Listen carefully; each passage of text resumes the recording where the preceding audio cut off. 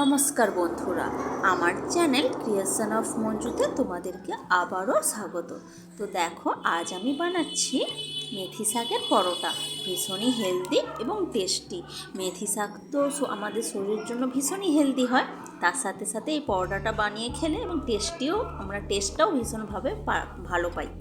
তো চলো আমি মেথি শাকের পরোটাটা কীভাবে বানাচ্ছি তোমাদেরকে দেখাই। তো দেখো, এখানে আমি মেথি শাকটা ভালো করে বেছে নিয়েছি। বেছে নেওয়ার পর ভালো করে ধুয়ে নিয়েছি। তো দেখো, আমি এরমভাবে মেথি শাকটাকে বেছেছি।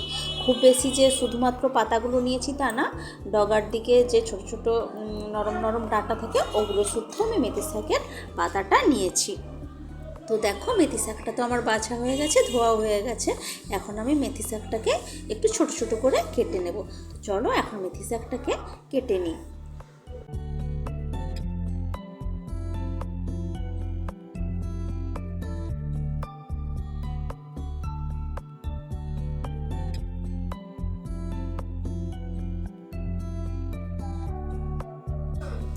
তো দেখো, আমার পুরো মেথি শাকটাই কেটে নিয়েছি। এরমভাবে কেটে মানে ছোট ছোট করে কেটেছি। খুব যে একদম মিহি করে কেটেছি তাও না, আর খুব একটা বেশি বড়ও কাটিনি, মোটামুটি একটু ছোট করে কেটেছি। তো তারপর একটা পাত্রে তুলে আমি একটু এর মধ্যে নুন দিয়েছি। নুন দিয়ে এখন ভালো করে চটকে চটকে এটাকে মাখিয়ে নিচ্ছি। এতে করে মেথি শাকের তেতো ভাবটাও অনেকটা কমে যাবে আর মেথি শাকটা অনেকটা নরমও হয়ে যাবে। তাতে করে আমরা যখন আটাটা এর মধ্যে মাখাবো আমাদের মাখাতে সুবিধা হবে। তো দেখো, এখানে আমার মেথি শাকটা কিন্তু একদমই নরম হয়ে গেছে। তো এর মধ্যে আমি আটা নিচ্ছি। এটা ময়দা দিয়েও বানানো যায়, তবে যেহেতু আমি একটা হেলদি মেথি শাকের পরোটাটাকে একটু আমি হেলদি বানাতে চাচ্ছি, সেই জন্য আমি এখানে ময়দাটা না নিয়ে আমি আটাটা নিয়েছি। তো দেখো, প্রথমে একটু মেথি শাকটার মধ্যে আমি মাখিয়ে নিচ্ছি। আর আটাটা দেওয়ার পর আমি একটু তেলও দিয়েছিলাম ওই ময়ানের জন্য। একটু যে কোনো পরোটার মধ্যে একটু মাখানোর সময় একটু তেল দিলে পরোটাটা ভালো হয়। তো তারপর আমি অল্প অল্প করে জল দিয়ে এই আটাটাকে মাখিয়ে নিচ্ছি। তো দেখো, জলটা কিন্তু আমি অল্প অল্প করে দিয়েছি যাতে বেশি পাতলা না হয়ে যায়। দেখো, আটাটা তো মোটামুটি মাখানো হয়ে গেছে। এখন আমি একটু এর মধ্যে কোরানো আদা দিচ্ছি। আদাটা কিন্তু বাটা নয়, আদাটা আমি কুড়িয়ে তারপর দিয়েছি। আর একটু ছোটো ছোটো করে দুটো মতো কাঁচা লঙ্কা কেটেছি, একদম ছোটো ছোটো করে কেটে এতে দিলাম। আর একটু তেল দিলাম, এতে করে যখন আমি আবার মাখাবো এটা মাখানোটা ভালো হবে। তো এই আদা কোরানো আর কাঁচা লঙ্কা কুচি দিয়ে এই আটাটা আমি আবার ভালো করে মাখিয়ে নিচ্ছি একটু তেল দিয়ে।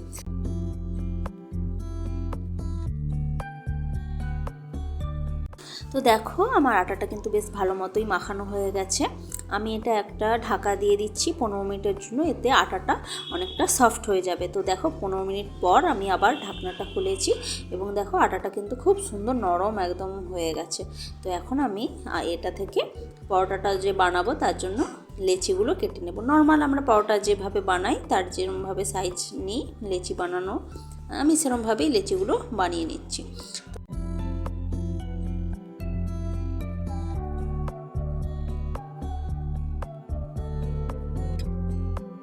তো দেখো, আমার সবগুলো লেচি বানানো হয়ে গেছে। এখন আমি এগুলো একটা একটা করে বেলে নেব। তো চলো বেলে নেওয়া যাক। তো দেখো, একটু তেল দিচ্ছি, তেল দিয়ে আমি এইটাকে উল্টে পাল্টে দিয়ে আমি বেলে নিচ্ছি।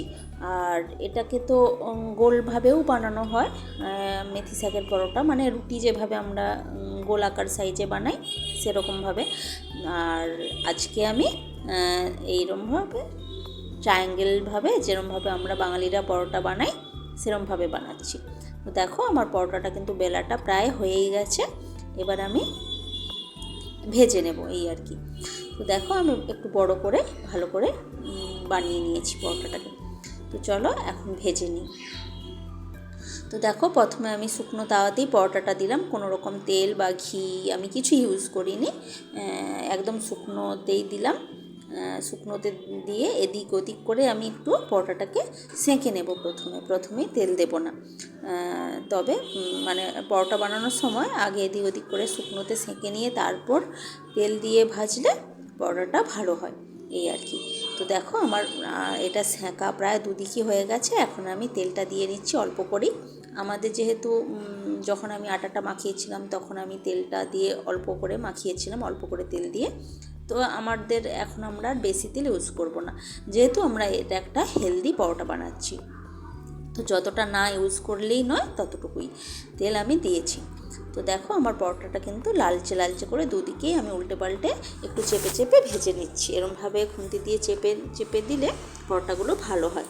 তো দেখো আমি একটা একটা করে সব পরোটাগুলো আমি ভেজে নিচ্ছি এইরমভাবেই।